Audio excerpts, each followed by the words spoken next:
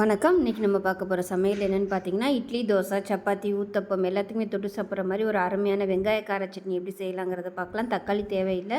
நீங்கள் 2-3 நாளைக்கு ஃப்ரிட்ஜில் கூட வச்சு ஸ்டோர் பண்ணி சாப்பிட்லாம். அட்டகாசமாக இருக்கும். வாங்க எப்படி செய்யலாங்கிறத பார்க்கலாம். இப்போ ஒரு கடாய் எடுத்துக்கலாம். தேவையான அளவுக்கு எண்ணெய் விட்டுக்கலாம்.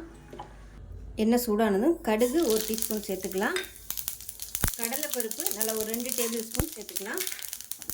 இப்போ லேசாக நல்லா வறுபடட்டும். எண்ணெய் ரொம்ப சூடாயிருச்சு, அதனால் நான் உடனே வெங்காயத்தை சேர்த்துக்கிறேன். நீங்கள் மீடியமான ஃப்ளேமில் வச்சுக்கோங்க. மீடியம் சைஸாக 2 வெங்காயம் நல்லா கட் பண்ணி வச்சுருக்கேன், அதை சேர்த்துக்கலாம்.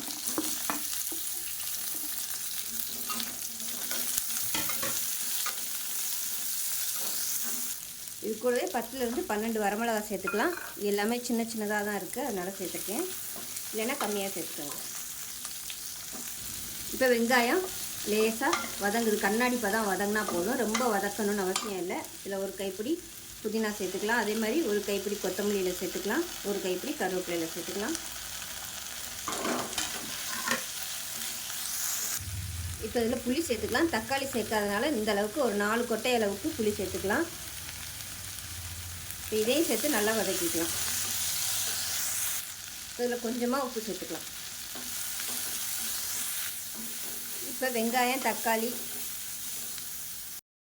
இப்போ பாருங்கள், வெங்காயம் நல்லா வதங்கிடுச்சு. இப்போ கேஸ் அமர்த்திட்டு இது நல்லா ஆறணும். ஆறுனதுக்கப்புறம் மிக்ஸி ஜாரில் சேர்த்து ரொம்ப நைஸாக இல்லாமல் கொஞ்சம் குறைன்னு இருக்கிற மாதிரி அரைச்சிட்டு பார்க்கலாம். இப்போ பாருங்கள், சட்னி நல்லா அரைச்சாச்சு.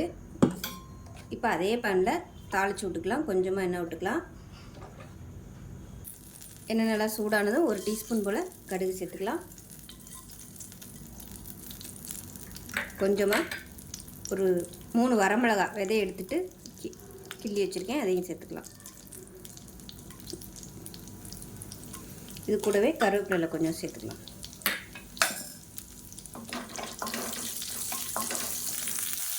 இப்போ தாளிப்பு ரெடி ஆகிடுச்சு. கேஸ் அமர்த்திட்டு இந்த தாளிப்பு எடுத்து நம்ம அப்படியே சட்னியில் சேர்த்துக்கலாம்.